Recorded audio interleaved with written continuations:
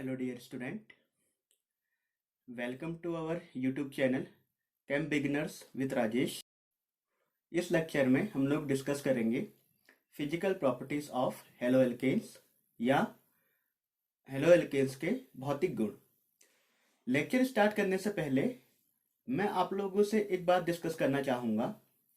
Most of the student physical properties को skip कर देते हैं, लेकिन अगर आप प्रीवियस ईयर के क्वेश्चंस पेपर को उठा करके देखें तो उसमें 8 to 10 मार्क्स के क्वेश्चन आपके फिजिकल प्रॉपर्टीज से पूछे जाते हैं, ठीक है। और फिजिकल प्रॉपर्टीज में भी जो आपके एक्सेप्शन वाले क्वेश्चन हैं उनमें मेन फोकस रहता है, ठीक है। ये आपके competitive exam and board exam के पॉइंट ऑफ व्यू से इम्पोर्टेंट टॉपिक है। तो चलिए स्टार्ट करते हैं। Physical properties of haloalkanes में हम सबसे पहले बात करते हैं इसकी फिजिकल स्टेट की, ठीक है। सबसे पहले क्या डिस्कस कर लेते हैं हम लोग इसमें, फिजिकल स्टेट। फिजिकल स्टेट या भौतिक अवस्था, ठीक है। अब फिजिकल स्टेट में आपके क्या क्या पॉइंट आ जाते हैं, देखो। पहला है आपका फिजिकल स्टेट, या तो ये आपके क्या हो, गैस हो, ठीक है, लिक्विड हो या सॉलिड हो, ठीक है। मॉलिक्यूलर मास, सबसे ज़्यादा मास किसका होगा, सॉलिड का, ठीक है।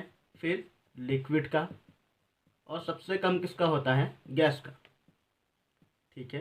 ये आपका मॉलिक्यूलर मास का ऑर्डर है, ठीक है। अगर आप लोअर हेलो एल्केन्स की बात करें, लोअर हेलो एल्केन्स RH लिख लेते हैं हम लोग इसको, ये आपके क्या होंगे, गैसियस स्टेट में होंगे, ठीक है। और आपके जो हायर हेलो एल्केन्स है, हायर हेलो एल्केन्स में क्या होंगे आपके, लिक्विड और सॉलिड, ठीक है।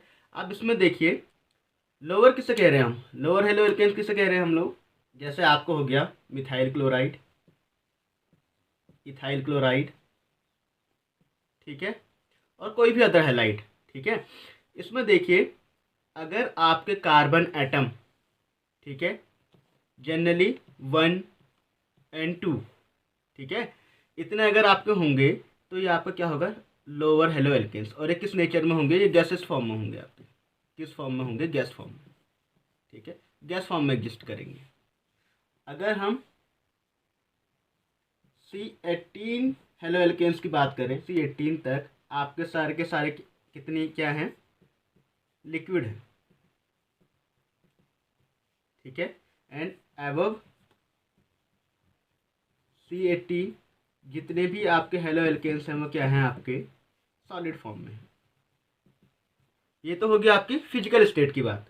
क्या हो रहा है फिजिकल स्टेट में, देखो फिजिकल स्टेट में हम बताते हैं कि जो आपकी जो भी कंपाउंड है वो किस फॉर्म में एग्जिस्ट कर रहा है, either it is gaseous form, liquid form and solid form. हम जानते हैं कि मॉलिकुलर मास सबसे ज़्यादा किसका होता है, सॉलिड का, फिर लिक्विड का, फिर गैस का। इट मीन्स अगर आपकी लोअर हेलो एल्केन्स होंगे तो वो किस फॉर्म में एग्जिस्ट करेंगे, गैसियस फॉर्म में। लोअर मीन्स जिसका मॉलिकुलर मास कम हो, गैसियस फॉर्म में एग्जिस्ट करेंगी, ठीक है। और उससे ज़्यादा मॉलिकुलर मास जिसका होगा वो लिक्विड फॉर्म में एग्जिस्ट करेंगी। एंड सबसे ज़्यादा मॉलिकुलर मास अगर किसी का होगा तो वह सॉलिड फॉर्म में एग्जिस्ट करेंगी, ठीक है। यहाँ पे हमने देखा लोअर हेलो एल्केन्स किसे कह रहे हैं हम लोग, अगर हमारे बेसिकली कार्बन 1 कार्बन 2 के जो कंपाउंड है मेन, जैसे मिथाइल क्लोराइड, इथाइल क्लोराइड, वो गैसेस फॉर्म में एग्जिस्ट करते हैं, ठीक है। अगर उसके बाद उसके ऊपर तक C18 तक अगर हम माने तो वो हमारे लिक्विड फॉर्म में एग्जिस्ट करते हैं। मीन्स अगर किसी भी हेलाइड्स में कार्बन एटम का नंबर C18 तक है तो वो लिक्विड फॉर्म में एग्जिस्ट करेंगे, ठीक है। और अबव C18 अगर किसी भी एल्किल हेलाइड में है तो वो सॉलिड फॉर्म में एग्जिस्ट करेंगे, ठीक है। अब हम कलर की बात कर लेते हैं, ठीक है। जो आपके एल्किल हेलाइड्स है उनके कलर की बात कर लेते हैं, किस कलर के हैं। देखिए जितने भी आपके हेलो एल्केन्स हैं, और बेसिकली ऑल हेलो एल्केन्स, ठीक है, ऑल हेलो एल्केन्स आपके क्या हैं, कलरलेस है, कलरलेस है, ठीक है। लेकिन बट जो आपके ब्रोमीन एंड आयोडीन है ये क्या है, आपके कलर शो करते हैं। ये आपके कलर शो क्यों करेंगे, जब इन्हें हम लाइट में खुला छोड़ दें, ठीक है, व्हेन एक्सपोज टू लाइट, ठीक है, व्हेन एक्सपोज टू लाइट, ठीक है। देखिए आपके जितने हेलो एल्केन्स हैं वो क्या है, कलरलेस हैं। बेसिकली जितने भी हेलो एल्केन्स हैं वो कलरलेस हैं। लेकिन ब्रोमीन एंड आयोडीन को अगर आप लाइट में खुला छोड़ दे तो वो कलर एक्वायर कर लेती है। सेकेंड उसकी फिजिकल प्रॉपर्टीज़ की बात कर लेते हैं, इसके टेस्ट की। टेस्ट मीन्स स्मेल कह सकते हैं आप इसको, स्मेल या ऑर्डर, ठीक है। अब देखिए मैंने आपको बताया था अगर जो आपके वॉलेटाइल्स है, ठीक है, वॉलेटाइल्स मीन जो गैसियस फॉर्म में हो, अगर गैसियस फॉर्म में है, ठीक है, गैसियस फॉर्म या आप कह सकते हैं इसको कौन सी, वॉलेटाइल, ठीक है, तो ये स्वीट स्मेल शो करेंगे, स्वीट स्मेल, ठीक है। और जितने भी बाकी आपके रेस्ट जो आपके एल्किल हैलाइड हैं, नो स्पेसिफिक स्मेल फाउंड, ठीक है। अगर हम स्मेल, ऑर्डर और टेस्ट की बात करें तो जो गैसियस फॉर्म में जो हेलो एल्केन्स एग्जिस्ट करते हैं उनकी जो स्मेल होती है वो स्वीट होती है। स्वीट स्मेल को आप समझ सकते हैं जैसे अगरबत्ती की स्मेल को आप ले लीजिए, उस टाइप की स्मेल्स अगर आपकी होंगी तो गैसियस फॉर्म में एग्जिस्ट करेंगे वो आपके एल्किल हैलाइड्स, ठीक है। और उसके बाद जो एल्किल हैलाइड बच जाते हैं उनमें कोई भी स्पेसिफिक स्मेल नहीं आती, ठीक है। अब देखिए हम बात कर लेते हैं जो इसकी प्रॉपर्टी से एक है आपकी सॉल्युबिलिटी, सॉल्युबिलिटी, ठीक है। देखिए सॉल्युबिलिटी से पता चल रहा है बेसिकली हम सॉल्युबिलिटी किससे चेक करते हैं, जो हमारा एक यूनिवर्सल सॉल्वेंट है। यूनिवर्सल सॉल्वेंट आपका क्या है, वाटर। वाटर को हम क्या कहते हैं, यूनिवर्सल सॉल्वेंट।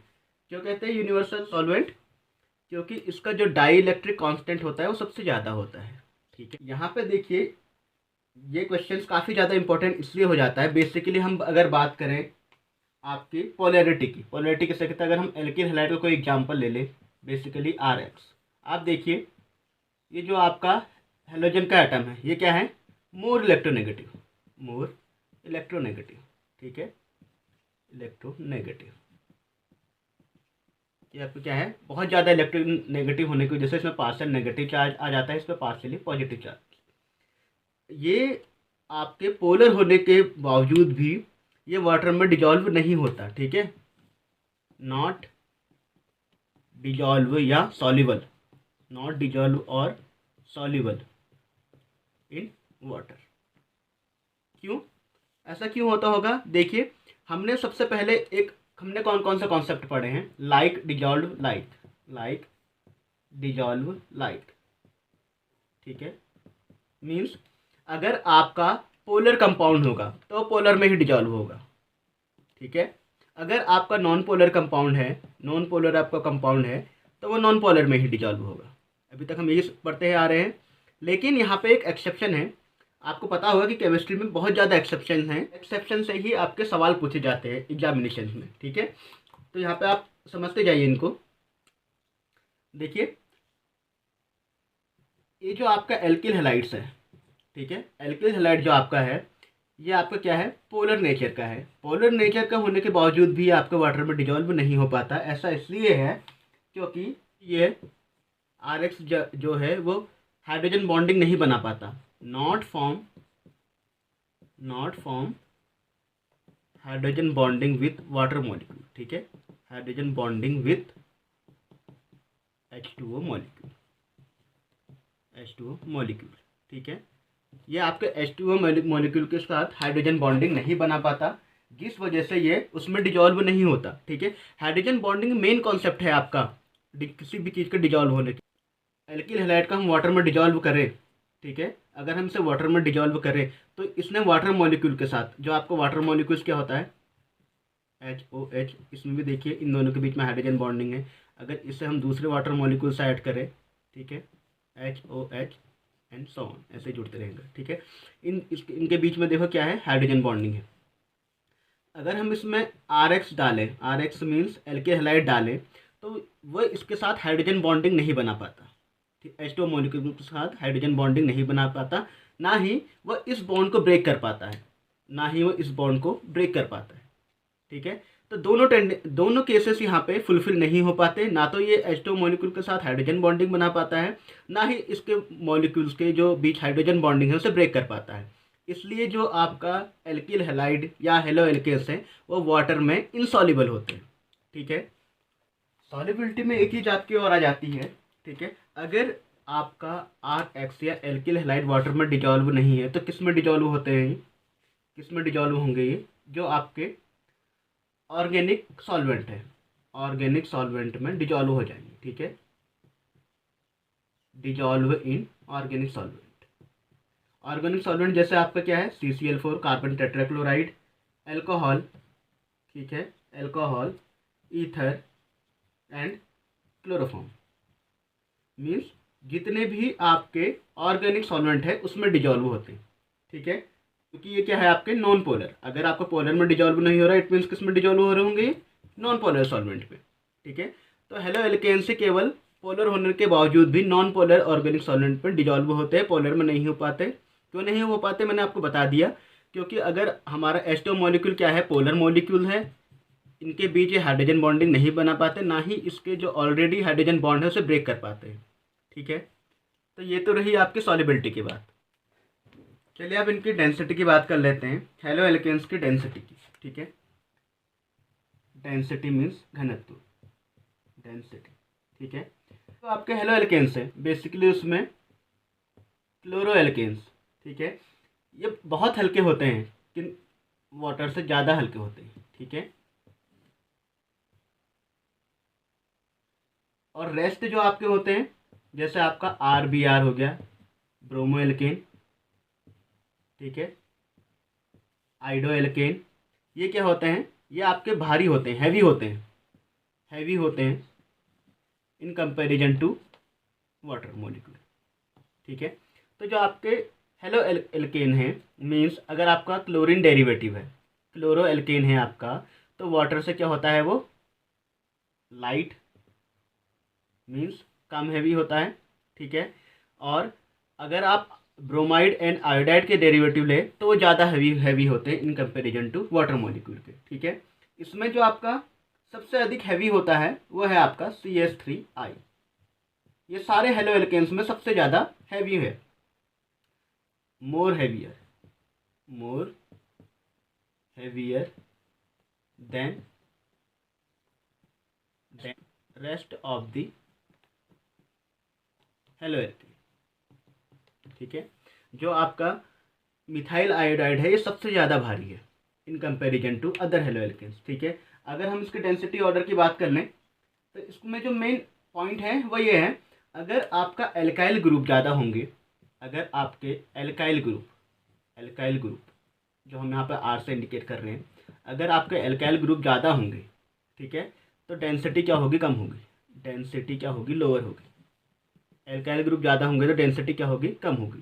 ठीक है, इसे एक एग्जांपल से समझ लेते हैं। सपोज हमारे पास एग्जांपल है CH3I मिथाइल आयोडाइड, ठीक है, CH3Br मिथाइल ब्रोमाइड, CH3CH2Br, ये क्या होगा आपका इथाइल ब्रोमाइड, CH3CH2CH2Br, ये क्या है आपका ब्रोमो ब्यूटेन। ठीक है, अब इसका अगर हम डेंसिटी ऑर्डर की बात करें तो देखिए मैंने अभी आपको बताया था जो आपका मिथाइल आयोडाइड है वो तो आपका सबसे ज़्यादा हेवियर है, तो सबसे ज़्यादा हेवियर कौन हुआ आपका मिथाइल आयोडाइड, इट मीन्स इसकी डेंसिटी भी सबसे ज़्यादा होगी। ठीक है, ये हम डेंसिटी ऑर्डर की बात कर रहे हैं। ठीक है, डेंसिटी ऑर्डर की, तो सबसे ज़्यादा डेंसिटी किसकी होगी, मिथाइल आयोडाइड की। ठीक है, उसके बाद देखिए मैंने आपसे कहा था एल्काइल ग्रुप अगर बढ़ते जाएंगे तो डेंसिटी क्या होगी, कम होती जाएगी। ठीक है, यहाँ पे देखिए एक मिथाइल ग्रुप है, ब्रोमीन है तो इसकी ज़्यादा होगी, इसमें मिथाइल ग्रुप बढ़ रहे हैं इसकी इससे कम होगी, एंड सबसे कम किसकी होगी, इसकी होगी, क्योंकि इसमें क्या है आपके जो एल्काइल ग्रुप है वो सबसे ज़्यादा है। ठीक है, तो ये तो हुई आपकी डेंसिटी की बात। देखो डेंसिटी में आपने क्या पढ़ा, जो आपके एल्किल हैलाइड हैं, एल्किल हैलाइड में भी बेसिकली आपके क्लोरीन डेरिवेटिव होते हैं वो आपके क्या होते हैं, हल्के होते हैं, किससे, वाटर मॉलिक्यूल से।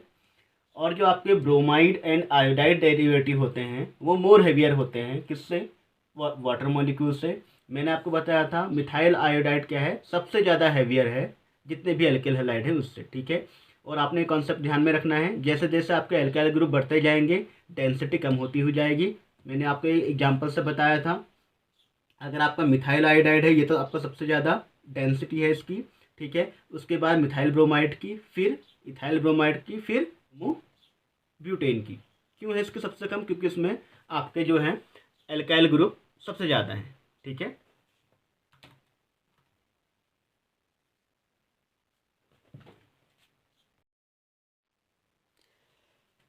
फिजिकल प्रॉपर्टीज में एक छोटा सा टॉपिक और है आपका, वो है आपकी रिलेटिव स्टेबिलिटी। रिलेटिव स्टेबिलिटी, देखो रिलेटिव स्टेबिलिटी क्या होती है। अगर आप देखें स्टेबिलिटी का ऑर्डर अगर मैं आपको बताऊं तो देखिए आर एफ जो आपका फ्लोरीन डेरिवेटिव है उसकी ज़्यादा होगी, फिर क्लोरीन की, फिर ब्रोमीन की, एंड लास्ट में आपकी होगी आयोडीन की। इट मीन्स अगर आप हेलोजन ग्रुप में नीचे की ओर आएँ, ठीक है, ग्रुप में अगर आप नीचे की ओर आएँ तो जो आपकी रिलेटिव स्टेबिलिटी का ऑर्डर है वो क्या होगा? डिक्रीज होगा, ठीक है। इसके पीछे रीजन क्या है? देखो, जो आपका सी एक्स बॉन्ड है, ठीक है, सी एक्स बॉन्ड का जो स्टेबिलिटी ऑर्डर है, ठीक है, जो आपका सी एक्स बॉन्ड है मतलब कार्बन एंड हाइड्रोजन का जो बॉन्ड है, ठीक है, इसका जो ऑर्डर है स्टेबिलिटी ऑर्डर, बॉन्ड की स्टेबिलिटी, ठीक है, जिसकी बॉन्ड की स्टेबिलिटी जितनी ज़्यादा होगी उसकी रिलेटिव स्टेबिलिटी भी ज़्यादा होगी, ठीक है। अब यहाँ पर देखिए क्लोराइड की बॉन्ड स्टेबिलिटी ज़्यादा है क्लोराइड से, क्लोराइड की ज़्यादा है ब्रोमाइड से, ब्रोमाइड की ज़्यादा है आयोडाइड से, ठीक है।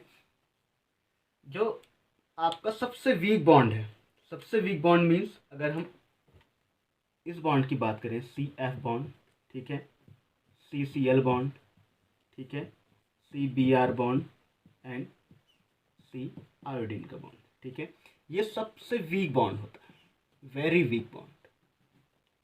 वीक बॉन्ड होने से क्या होगा? इसकी स्टेबिलिटी भी क्या हो जाएगी? कम हो जाएगी।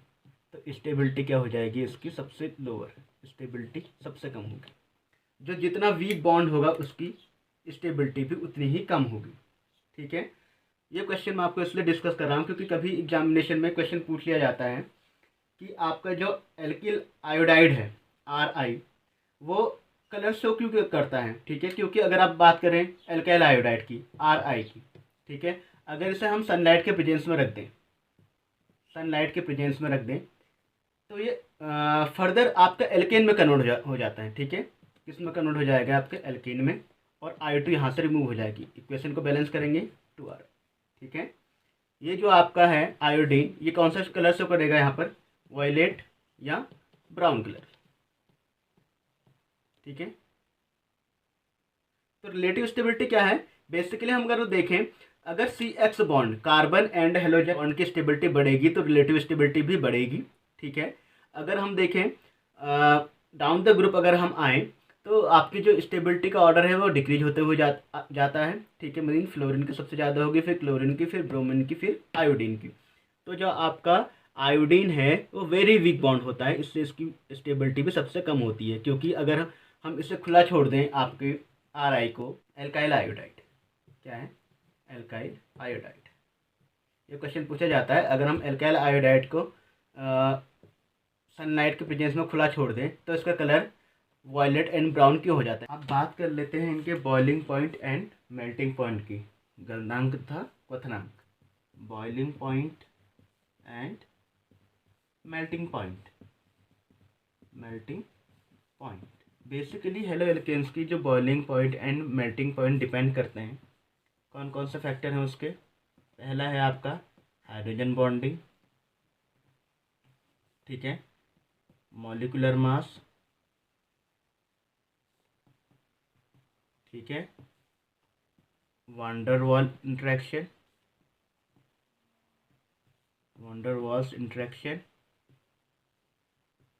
एंड डाइपोल डाइपोल इंटरेक्शन,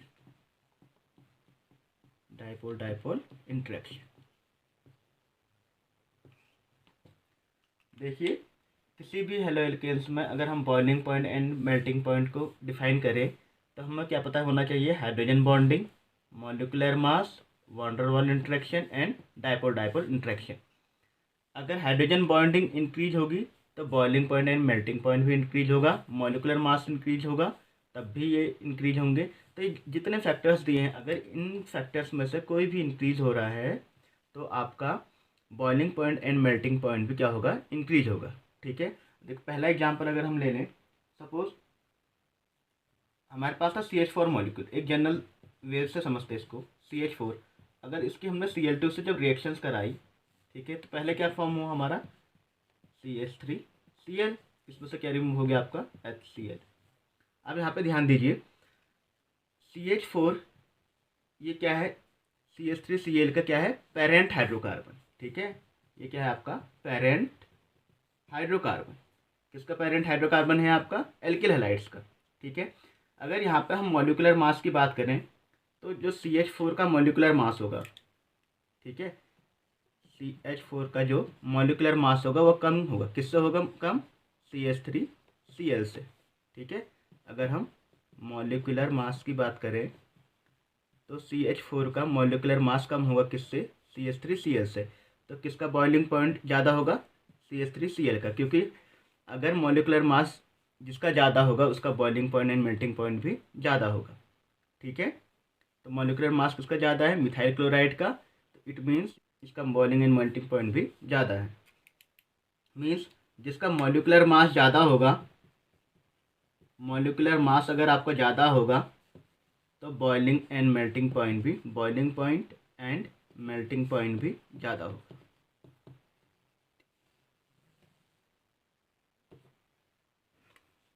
अगर जनरली हम एल्किल हैलाइड्स की बात करें, RX में अगर हम ऑर्डर देखें आपके boiling point and melting point का, तो क्या होता है, देखो सबसे ज़्यादा किसका होगा, पहले हम ऑर्डर लिख लेते हैं, RF, RCl, RBr and R। अब यहाँ पे देखिए इन सब में अगर आप डाउन द ग्रुप आए, ठीक है, तो सबसे लास्ट में आपका आता है आयोडीन। इसमें इट मीन्स इसका मॉलिकुलर मास ज़्यादा है तो इसका बॉइलिंग एंड मेल्टिंग पॉइंट भी क्या होगा, ज़्यादा होगा। तो ऑर्डर किस फॉर्म में आ जाएगा, इस फॉर्म में। ठीक है, ये आपका किसका ऑर्डर है, boiling point and melting point का। ठीक है, मीन्स जिसका मॉलिकुलर मास जितना ज़्यादा होगा उसका बॉइलिंग एंड मेल्टिंग पॉइंट भी क्या होगा, ज़्यादा होगा। पहला पॉइंट तो आपका यही है। सेकेंड पॉइंट है आपका CH3F, ठीक है, CH3Cl, CH3Br एंड CH3I। अब यहाँ पे देखिए CH3 सब में कॉमन है।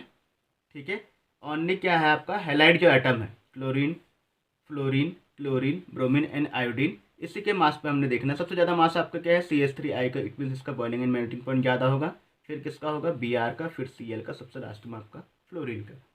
ठीक है, एक केस और ले लेते हैं हम इसका। सपोज हमारे पास है CH3Cl, CH3, CH2Cl, ठीक है, CH3, CH2, CH2Cl and CH3, CH2, CH2, CH2Cl। अब यहाँ पे ध्यान दीजिए, इस क्वेश्चन में क्या होगा, आप यहाँ पे देखिए क्लोरीन एटम तो सब में सेम ही है आपका, इसमें भी क्लोरीन एटम है, इसमें भी क्लोरीन एटम है, इसमें भी है, इस वाले में भी। ठीक है, केवल किस पे चेंज आ रहा है आपका, एल्काइल ग्रुप पे। यहाँ पे एक ही मिथाइल ग्रुप है, बाकी सब में आपके एल्काइल ग्रुप क्या है, बढ़ते जा रहे हैं। तो देखिए यहाँ पे केवल एक ही मिथाइल ग्रुप है तो इसका मॉलिकुलर मास कम होगा, इसमें 2 है तो इसका ज़्यादा होगा, इसमें 3 है तो इसका और ज़्यादा होगा, और इसमें 4 है तो इसका सबसे ज़्यादा होगा। ठीक है, तो जिसका मॉलिकुलर मास ज़्यादा होगा उसका बॉइलिंग एंड मेल्टिंग पॉइंट भी क्या होगा, ज़्यादा होगा। तो सबसे ज़्यादा क्या किसका होगा, इसका, this one and this one. इसी के रिस्पेक्ट में केस और देखिए आप हेलो एल्केन्स का, ए नॉर्मल हेलो एल्केन्स। ठीक है, एक क्या आते हैं आपके ब्रांच्ड हेलो एल्केन, आपने आइसोमेरिज्म में पढ़ा था, ब्रांच्ड हेलो एल्केन्स। जो आपके नॉर्मल हेलो एल्केन्स हैं उनका जो बॉइलिंग एंड मेल्टिंग पॉइंट होता है वो ज़्यादा होता है in comparison to branched haloalkanes से। ठीक है, कैसे मैं आपको बताता हूँ। यहाँ पे देखो हमारे पास सपोज है 1 bromobutane, CH3, CH2, CH2, CH2Br, ठीक है। एंड एक कैसे हमारे पास CH3 CH3 CH2Br एंड एक कैसे और ले लेते हैं CH3 CBr CH3 and CH3। अब यहाँ पे ध्यान दीजिए, ठीक है। इनमें क्या है देखो, ये आपका क्या है, नॉर्मल, ठीक है, नॉर्मल हेलो एल्केन्स है, ठीक है। ये आपके ब्रांच में आ गई आपकी हेलो एल्केन्स, ठीक है। ये उससे ज़्यादा ब्रांच, ठीक है। तो देखिए, अगर हम देखें सरफेस एरिया किसका ज़्यादा है, सरफेस एरिया इसका ज़्यादा है, इसका उससे कम है सरफेस एरिया, और इसका उससे भी कम है, ठीक है। इसको आप ऐसा समझ सकते हैं सरफेस एरिया से, ठीक है। सरफेस एरिया अगर आपका मैक्सिमम होगा तो boiling point and melting point भी क्या होगा, आपका मैक्सिमम होगा, ठीक है, मैक्सिमम होगा। अब यहाँ पे देखिए, इसका सरफेस एरिया ज़्यादा है ना, इसका सरफेस एरिया कम है। सरफेस एरिया आप ऐसे मत देखिए, आप यहाँ पे देखिए, सरफेस एरिया मीन्स इस प्लेन ना, इसका सरफेस एरिया ज़्यादा है, इसका सरफेस एरिया उससे कम है, और इसका सरफेस एरिया उससे भी कम है, ठीक है। तो सबसे ज़्यादा आपका बॉइलिंग पॉइंट किसका होगा, इसका, फिर इसका एंड लास्ट में इसका।